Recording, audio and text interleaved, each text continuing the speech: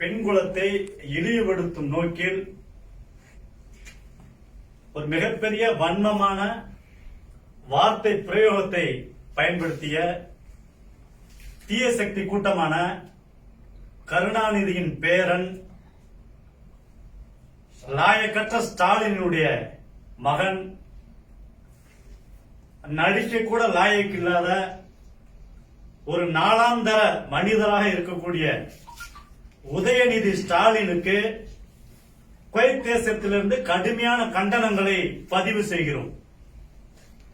ஏன் இந்த கண்டனங்களை நாங்கள் பதிவு செய்கிறோம் என்றால், தமிழக அரசியலில் மிகப்பெரிய ஆளுமையாய் நின்றவர் புரட்சி தலைவி அம்மா அவர்கள்.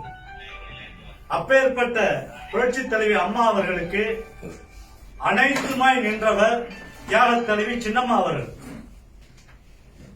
கருணாநிதியை முதலமைச்சராக வரவிடாமல் செய்ததற்கு முழு முதல் காரணமாக இருந்தவர் தியாக தலைவி சின்னம்மா அவர்கள். 2016ஆம் ஆண்டு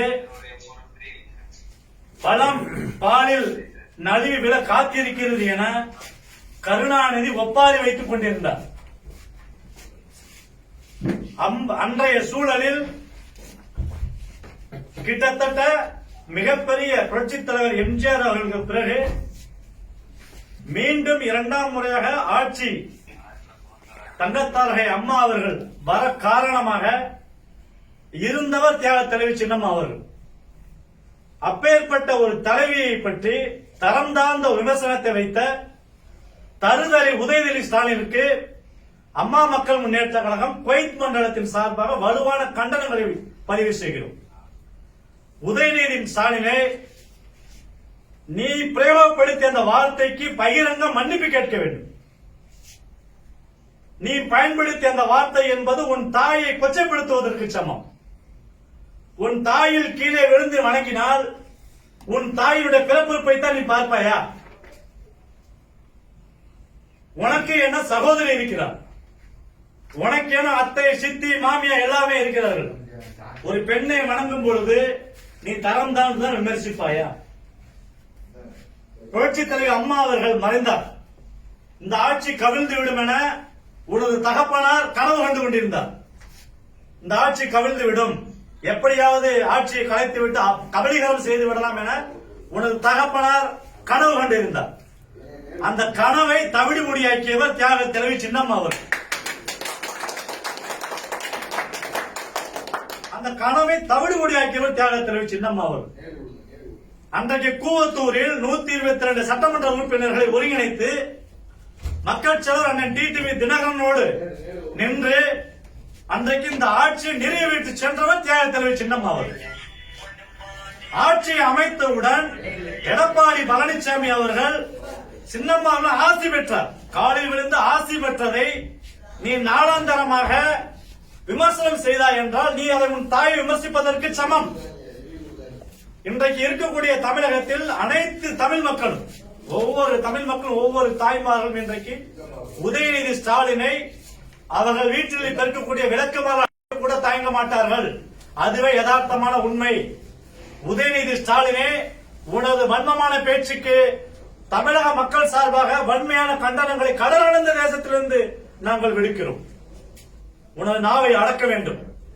நீ திருந்தாவிடில் தமிழகத்தில் நீ செல்லக்கூடிய எந்த ஒரு இடமானாலும் உனக்கு பகிரங்க எச்சரிக்கை விடுத்து பகிரங்க உனக்கு மரியாதை விடுப்பார்கள் அம்மா மக்கள் முன்னேற்ற கழகத்தினர். தியாக தலைவி சின்னம்மா அவருடைய பிள்ளைகளாக, மக்கள் செல்வர் அண்ணன் டிடிவி தினகரனுடைய தம்பிகளாக தமிழகத்தில் ஒவ்வொரு மக்களும் உதயநிதி ஸ்டாலின் பயன்படுத்திய நாளாந்தர வார்த்தைக்கு கடுமையான கண்டனங்களை நாங்கள் பதிவு செய்கிறோம். காலில் விழுவது உனக்கு தவறாக தெரிவது என்றால் உன் தாயுடைய காலில் நீ விழுகும் பொழுது அந்த பிறப்புறுப்பை தான் நீ பார்ப்பாய் என்றால் உன்னை மாதிரி கேவலமான பிறவி இந்த உலகத்திலே கிடையாதா? நீ ஒரு உன்னை மாதிரி இந்த உலகத்திலே நீ ஒரு நாளாந்திர மனிதன். ஒரு நடிகனா நடிக்கக்கூடிய நீ தன் தாய் சகோதரி மதிக்க தெரியாமல் எப்படி நீ இந்த ஆட்சியை கைப்பற்றும் என்று கொப்பளித்துக் கொண்டிருக்கிறாய். எல்லாப்பும் கொக்கரித்து ஆட்சி அதிகாரம் வேண்டும் என கொக்கரித்துக் கொண்டிருக்கிறார்கள். உங்களுக்கெல்லாம் ஆட்சியும் கிடையாது, அதிகாரமும் கிடையாது. உன் தாத்தன் கருணாநிதி மறைவிற்கு பின்னர் மெரினா கடல் அடக்கம் செய்ய வேண்டும் என இதை எடப்பாடி பழனிசாமி காலை விழுந்து மன்றாடினீர்களே, அந்த பழனிசாமி தான் தியாகத்தில் சின்னம்மாவின் காலை விழுந்து வணங்கினார். அந்த பழனிசாமி தான் இப்ப இருக்கக்கூடிய அந்த பழனிசாமி தான் தியாகத்தில் சின்னம்மாவுடைய காலில் விழுந்து ஆசி வாங்கினார். ஆசி வாங்கியதை நீ வன்மமாக பிரயோகப்படுத்தினால் உன்னை விட இழிபிறவி இந்த உலகத்தை அவன் இருக்க முடியாது. நாங்கள் அது கடுமையான கண்டனங்களை பதிவு செய்கிறோம். உதயநிதி ஸ்டாலினே, உன் நாவை அடக்க வேண்டும். இல்லையே அதற்கு உண்டான தண்டனை கண்டிப்பாக பெற்றே தீர்வாய். தமிழக மக்கள் அதற்கு கடுமையான எச்சரிக்கையை தருவார்கள். கடல் கடந்த தேசத்திலிருந்து இங்கு வாழக்கூடிய ஒவ்வொரு தமிழ் மக்கள் ஒவ்வொருவரும் ஆர்வமுடன் எப்படி தியாகத்தாயை விமர்சிக்கலாம், காலையில் விழுந்து ஒரு ஆசைப்பட்ட விமர்சித்த ஸ்டாலினுக்கு, உதயநிதி ஸ்டாலினுக்கு கண்டிப்பாக கண்டனங்கள் கொடுக்க வேண்டும் என்று ஒவ்வொருவரும் ஆர்வத்தோடு இங்கு மிகுந்த எச்சரிக்கை. அவர்கள் கோபத்தை கட்டுக்குள் கொண்டு வந்திருக்கிறார்கள். திராவிட முன்னேற்ற கழகத்தினர் போல் நாங்களும் உதயநிதி ஸ்டாலினுடைய தாயாரை பற்றியும், உதயநிதி ஸ்டாலினுடைய ஆட்சியை பற்றியும், உதயநிதி ஸ்டாலின் மனைவியை பற்றியும், உதயநிதி ஸ்டாலின் மாமியாரை பற்றியும், உதயநிதி ஸ்டாலின் சகோதரியை பற்றியும், உதயநிதி ஸ்டாலின் அத்தையை பற்றியும் நாளாந்தாரமாக விமர்சிக்க எங்களாலும் முடியும். நாங்கள் அந்த விமர்சனங்கள் செய்ய மாட்டோம். ஏனெனில் நாங்கள் தியாகத்தாயுடைய பிள்ளைகள், புரட்சித் தலைவர் அம்மா அவர்களுடைய பிள்ளைகள். நீ விமர்சித்ததை போல் உன் தாயாரை நாங்கள் விமர்சிக்க மாட்டோம். உன் தாயார் ஒரு பெண், நாங்கள் அப்படி விமர்சிக்க மாட்டோம். இனிமேல் உன் நாவை அடக்கிக் கொண்டு நீ விமர்சித்த அந்த வார்த்தைக்கு பகிரங்க மன்னிப்பு கேட்க வேண்டும். மன்னிப்பு கேட்க வேண்டுமே வேண்டாமா? உதயநிதி ஸ்டாலின் கண்டிப்பாக மன்னிப்பு கேட்க வேண்டும். மன்னிப்பு கேட்கறேன்னா நாக்க அடிச்சும் சொல்லணும். இப்ப உதயநிதி ஸ்டாலின் கண்டனத்தை கொடுக்கலாம். உதயநிதி தரம் தாழ்ந்த உதயநிதி, உதயநிதி கேடுகட்ட உதயநிதி,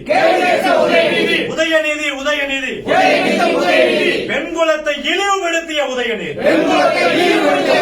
நாவை அடக்கு, உதயநிதியை நாவை அடக்கு. ஸ்டாலின் தருதலையை பெற்றெடுத்த ஸ்டாலின், கண்டிக்கின்றோம். உதயநிதி ஸ்டாலினை கண்டிக்கின்றோம்.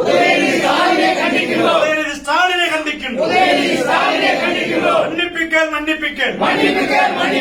உதயநிதி ஸ்டாலினை மன்னிப்பிக்கல். உதயநிதி ஸ்டாலினை மன்னிப்பிக்கல். எடப்பாடி உதயநிதியை கண்டிக்காத எடப்பாடி. கண்டிக்கின்றோம். தமிழக அரசை கண்டிக்கின்றோம். தமிழக அரசை